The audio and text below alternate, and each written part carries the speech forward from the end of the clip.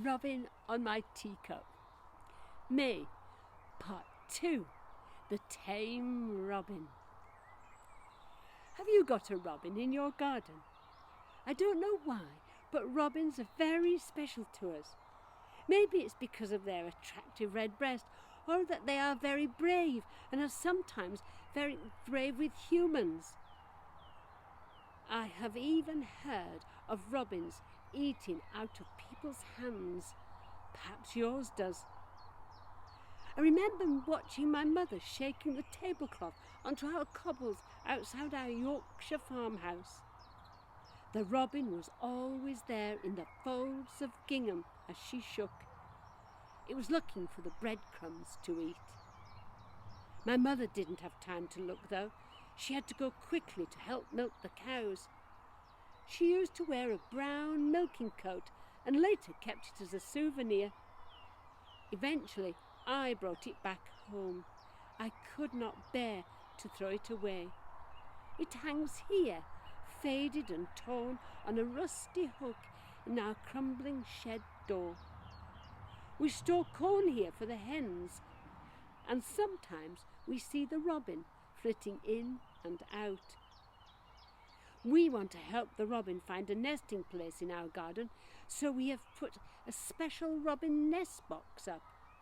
We've even hidden a kettle, because you see pictures in children's storybooks nesting in kettles.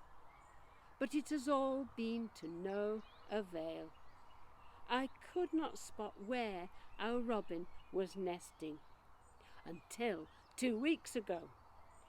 I went in our old shed to get corn for the hens, and out flew the robin in a flurry. I looked at my mother's old milking coat hanging there, and in the pocket was a collection of moss, dried straw and feathers. It was a robin's nest.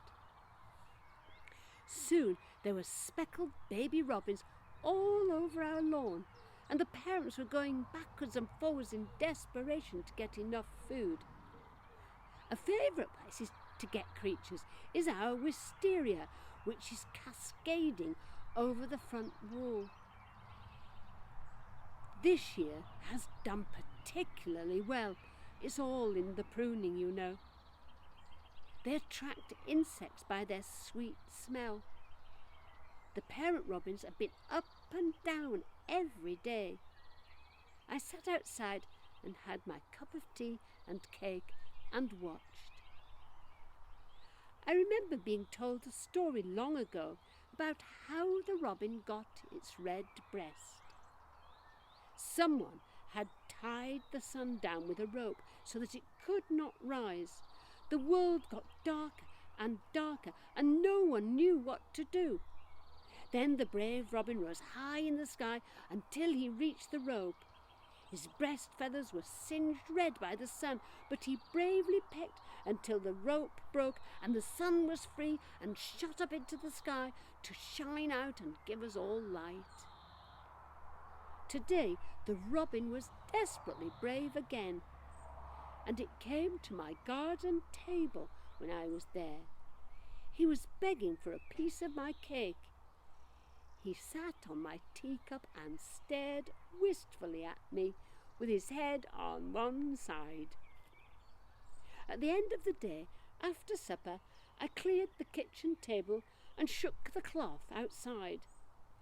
Then there was the robin again, flying in the folds of the linen, looking for that very last crumb.